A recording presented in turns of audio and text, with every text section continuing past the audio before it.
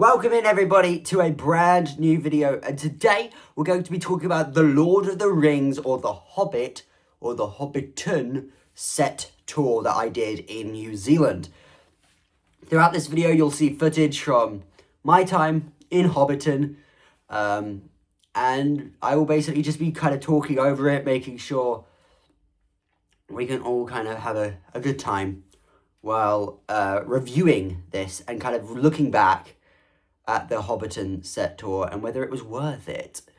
In short, yes, if you're a massive Tolkien or Lord of the Rings or Hobbit fan, going to the Shire and Bag End is absolutely phenomenal. I could not actually put this at a higher thing to do while in the North Island of New Zealand. It really... I think this is New Zealand's pride and joy. I think that the fact that all of Middle-earth was filmed in New Zealand is one of the biggest things that you can actually do. I absolutely love New Zealand to bits, and I would 100% do this again. I mean, now from Auckland, it's about an hour and 45 minutes. Obviously, if that's a bit of a contingency to you, that maybe this kind of isn't along the lines of what you would like to do. But yeah, this is obviously from New Zealand. So, an hour and 45 minutes from Auckland. You could take a bus, a coach. I booked this all through Get Your Guide, which is, I think, a part of the same company as Kayak, which is a flight comparison site. So, it is on the expensive end. I think it was 280 something New Zealand dollars, or is it Australian? It was one of the two. It was 280 something Australian or New Zealand. I can't remember how I quite paid for it, but I just paid for it on the Get Your Guide app. You get a little QR code, and then yeah, we just kind of, I got in like a little mini bus where there was 6-7 of us.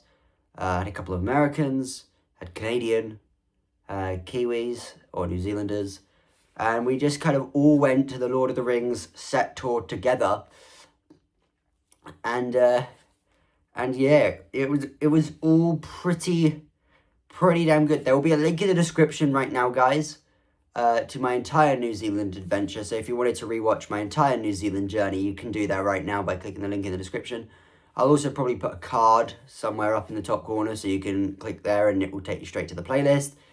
But, yeah, overall, I mean, when you get there, you kind of have about 15 to 20 minutes to grab a coffee before your tour begins. And then you get on a bigger bus.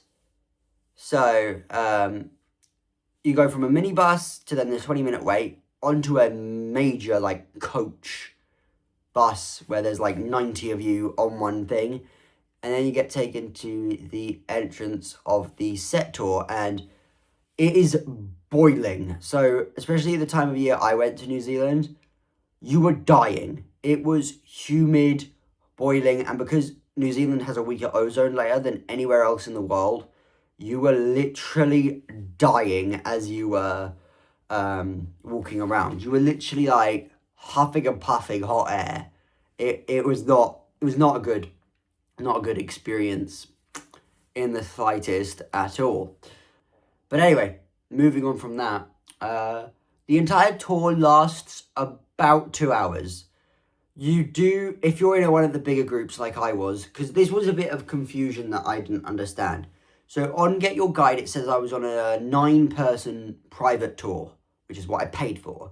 When I got there, I got chucked with a group of 90. So I'm not quite sure how that worked. And then basically once you got to the set, yeah, you were chucked with a group of 90 people, and yeah, it was kind of, it just went on from there, to be honest with you. It was good.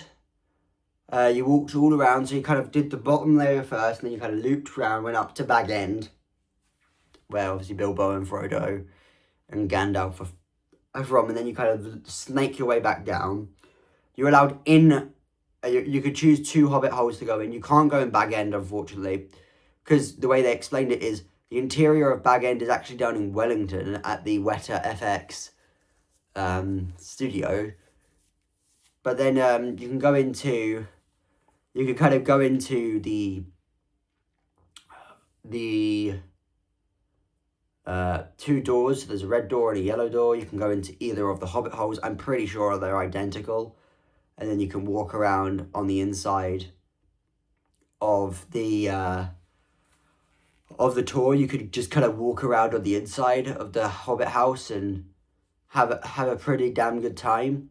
And then from there, you can kind of come out the back and then you go down to the Green Dragon Inn. And you can actually have some Lord of the Rings style beers. I had an apple cider. It was a bit warm, to be honest with you. They don't really keep them cold. They're in proper Lord of the Rings cups and everything. And then they were talking about how the fact the set will be closed from next month in April. The set will be closed because they're back there shooting for The Hunt for Gollum, which is obviously a brand new film that is coming out in December 2027. So they're actually going to be starting to use that set again.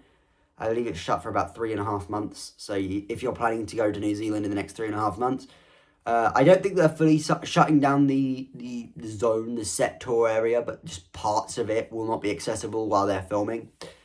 They're obviously still going to operate the tours, but other than that, that kind of wraps it up. So basically, you just kind of snake your way around it. You're going up and down and up and down and dying of heat.